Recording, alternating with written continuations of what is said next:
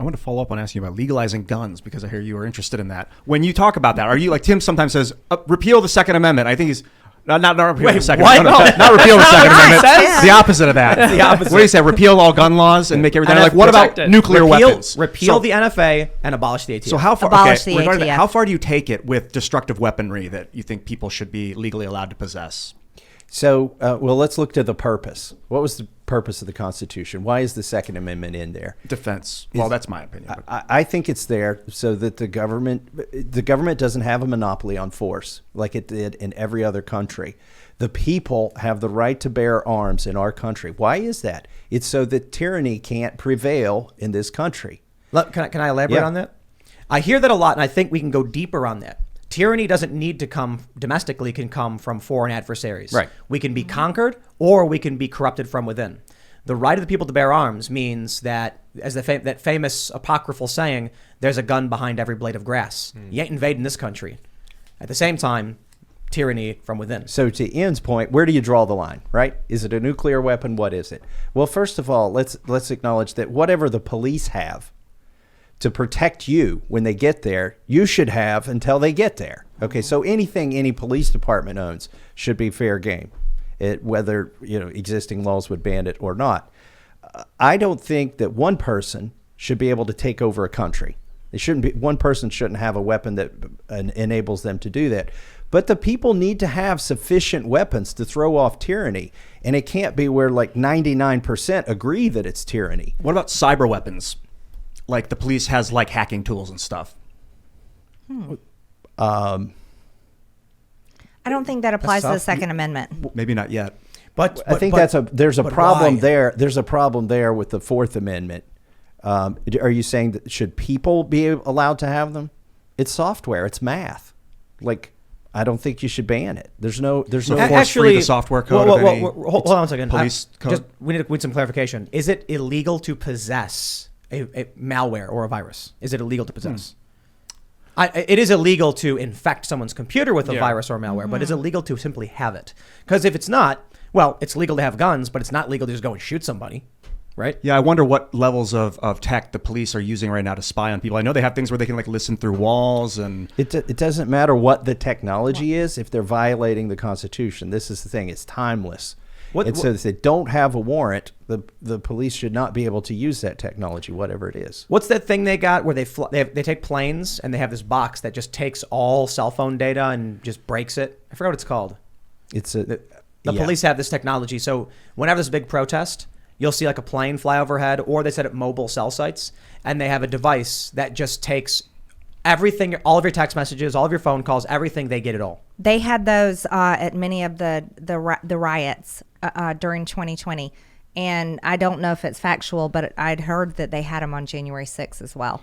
So probably, I wouldn't be surprised if the Capitol has them just placed everywhere, and they're constantly spying on and monitoring everyone's cell phones. So the first part of your question, you say the police, the local police, we should be on par with the police. What about the military?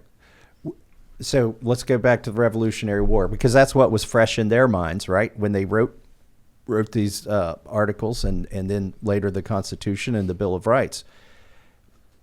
You would need, the people need to have sufficient arms that, let's say, if 30 to 40%, Tim and I were talking about this before the show, if 30 to 40% could agree that this was legitimate tyranny and it needed to be thrown off, they need to have sufficient power without asking for extra permission. It should be right there and completely available to them in their living room in order to affect the change.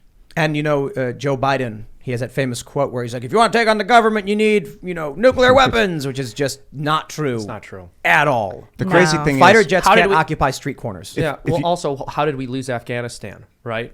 Look what a turmoil. It wasn't because they were a nuclear power. Right. There. Yeah. The Taliban building nuclear warheads and MIRVs in the mountains. The problem would be like if 1% of the population had weapons that were so strong that they could take over. Well, right. This is a good point. Or 20%, or 80. Like, where does that? I believe the Second Amendment protects your right to own nuclear weapons.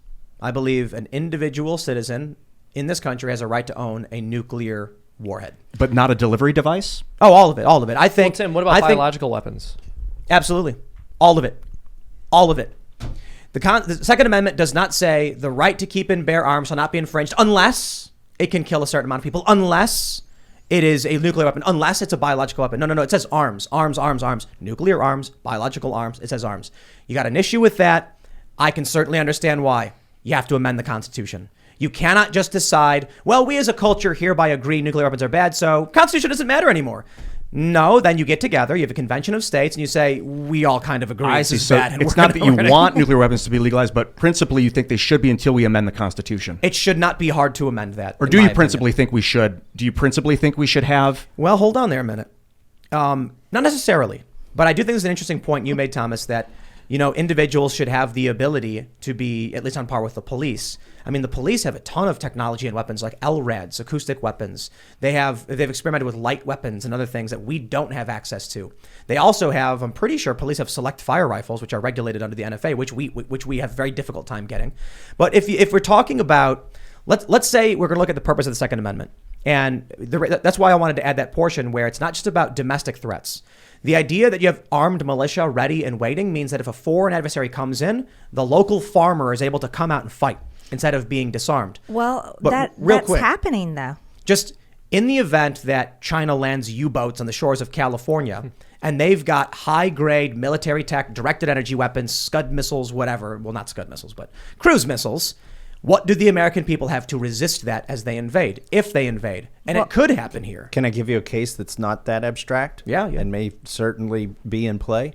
I think Putin's calculus in Ukraine is not whether it takes him 4 hours or 4 days to establish air dominance over that country, because it's certainly not more than 4 weeks, right? The question for Putin is, once you do that, are your soldiers willing to walk out in the street when somebody in a jogging suit or in their pajamas, some grandma in their pajamas in an apartment building in Kiev decides to blow your brains out, and you're just a soldier from Russia that wants to go home and be with his wife and kids? Exactly. That ultimately is the calculus that Putin is making. It's a calculus anybody should make before you go into Afghanistan or something like that. Do the people who own the stuff, are they willing, is a certain minority, a certain group of them willing to defend it with their life? If they're not, then it's not their country.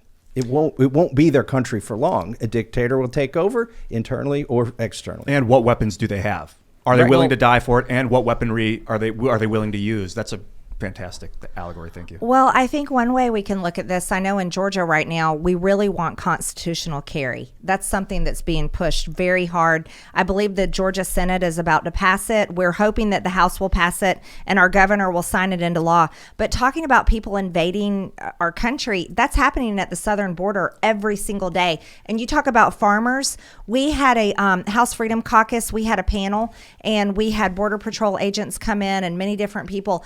And one of them was a retired Border Patrol agent, and he has a family farm that is right there at the border. And he was telling us stories of he hates to leave his house because he'll be leaving his wife and young children there by themselves, and they constantly have illegal aliens coming right across their yard, right by the house. They have them come up to the door, and he feels that he has to be there all of the time to defend his wife and children because he has guns. And so when you talk about a country being invaded, we are a country being invaded. We're being invaded nonstop every single day at the southern border because the current administration refuses to secure our border. Well, and so it is a serious issue. The Second Amendment is so important. And yeah, I believe we have to be able to have our guns. I think that was an understatement. Not that they're refusing to secure our borders, but they're aiding and abetting people who are entering illegally. Yes. The Biden administration has been taking these people and putting them on planes and flying them to other states.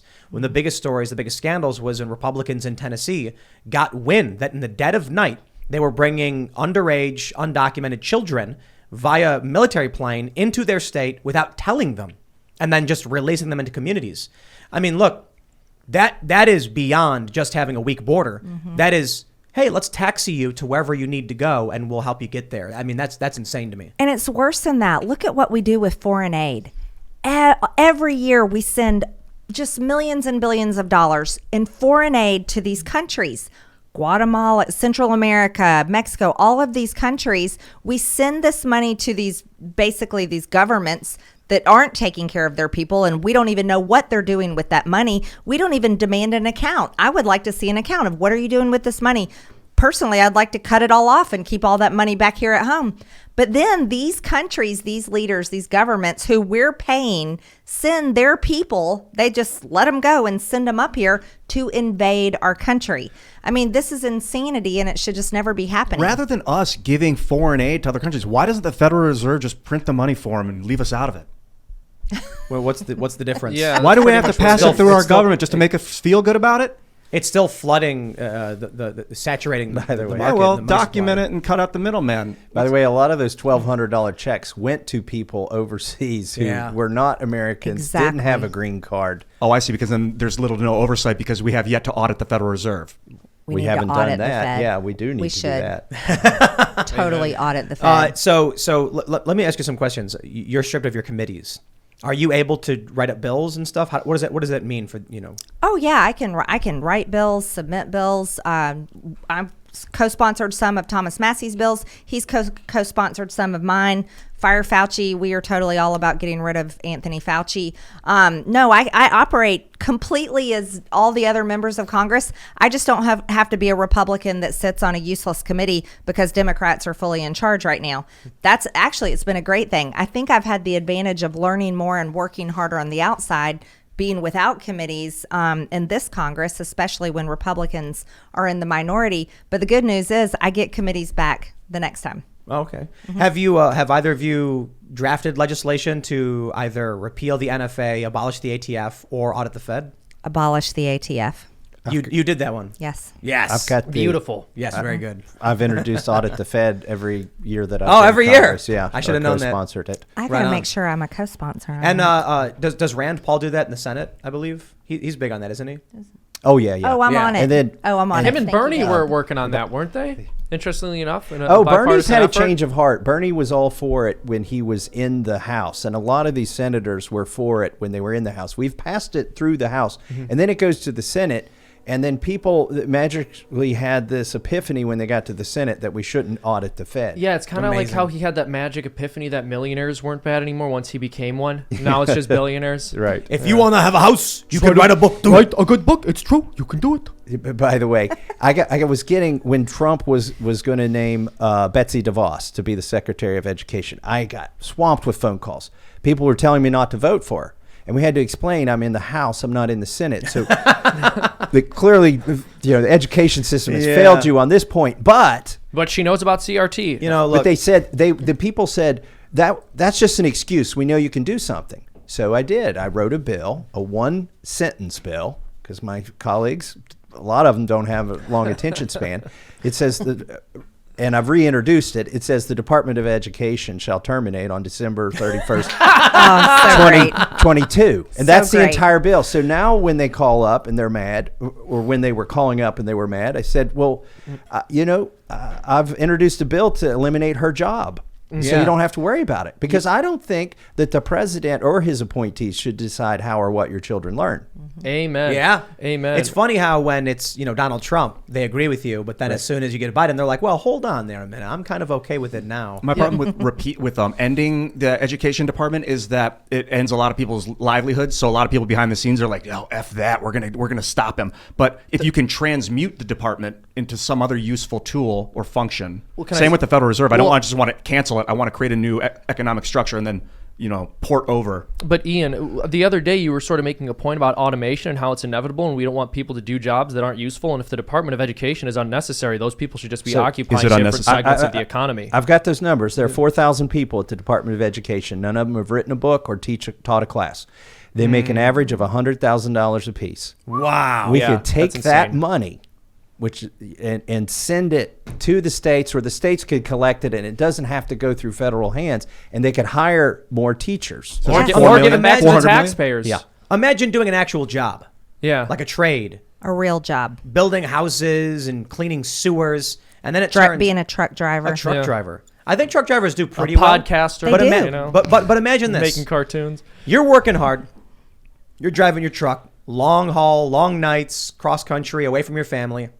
And then some bureaucrat in the Department of Education is getting six figures to do what? And your taxes are paying for them. It's Yeah, insane. your Right? taxes. And it's the party of empathy and compassion who cares about the working class that is ensuring that this will always be the state of affairs. They're for the worker. I think for that the worker. if we Exactly. canceled it, it'd free up 400 million, which would translate to I think 8 million per state. Is that what that comes out to for teachers to hire teachers? That could be a mass movement. Well, Should be a mass movement. Yes, but is it also possible that you both could just introduce more legislation to terminate more departments within the government? I honestly personally don't care think which one. we shouldn't pass bills and create more departments. We need to get rid of departments. Well, that's what we I'm need saying. to Right, reduce amen. the size of the federal government. Yeah. So- That is So- the biggest problem. It's out of control. So I like where you're going with this. It's one sentence: the Department of Education will terminate. Have you considered that for any other department? Or all CDC of would them? be at the top of my list. Oh, yes. Oh yeah. Why is that?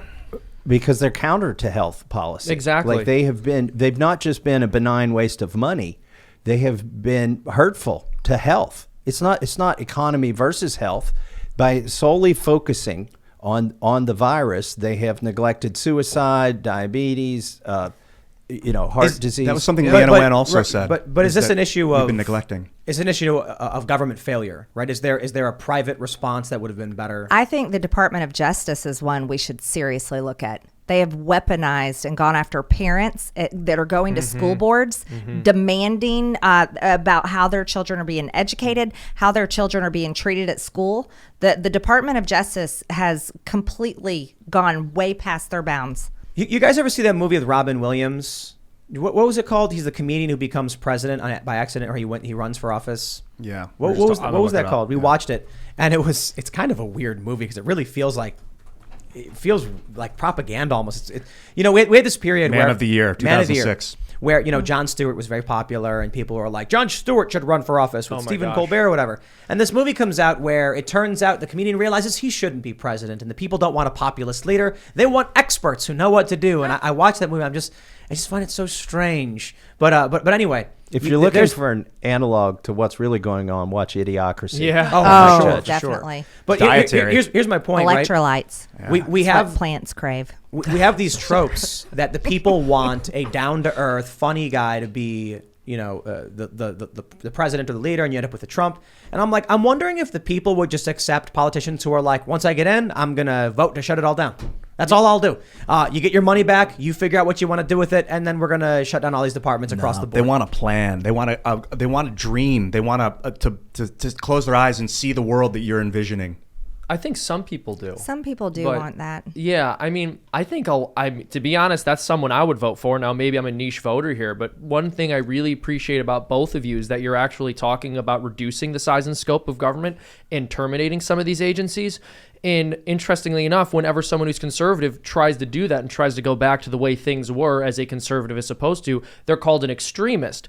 All the establishment conservative is supposed to do is either A, try to maintain the size of the government and maintain the institutions which were all set up by big government leftists in years prior.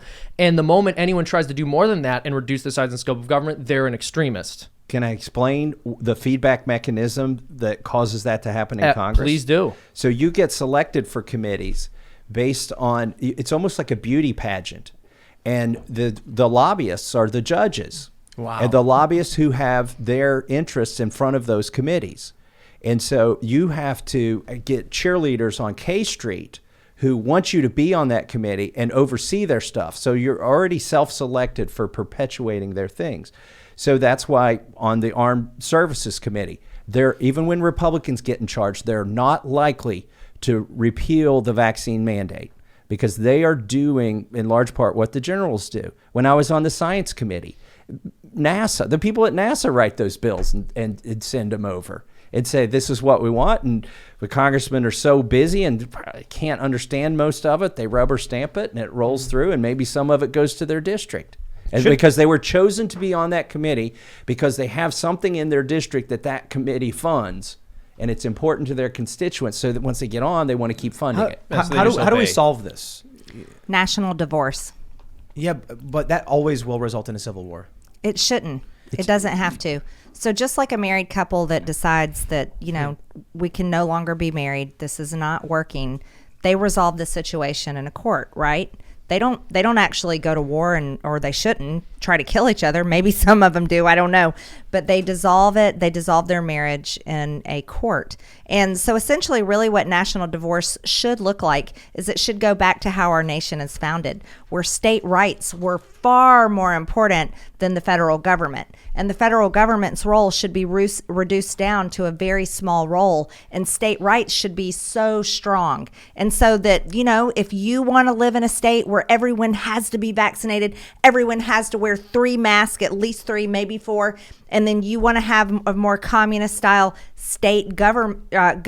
And CRT's taught in the schools. CRT, absolutely. And all of these radical things, or what we call radical, but they may love it. Sounds like Massachusetts. Or California. But they should be able to have that. So, and then if you're like Kentucky or Georgia even, or Florida, you want to have a more conservative, pro-traditional family values. Let's say that you want to say, no, you can choose to be vaccinated, or you can choose to wear a mask, and you want to have a more free government, you should be able to have it, and then there's no interference. The federal government's not going to shrink itself.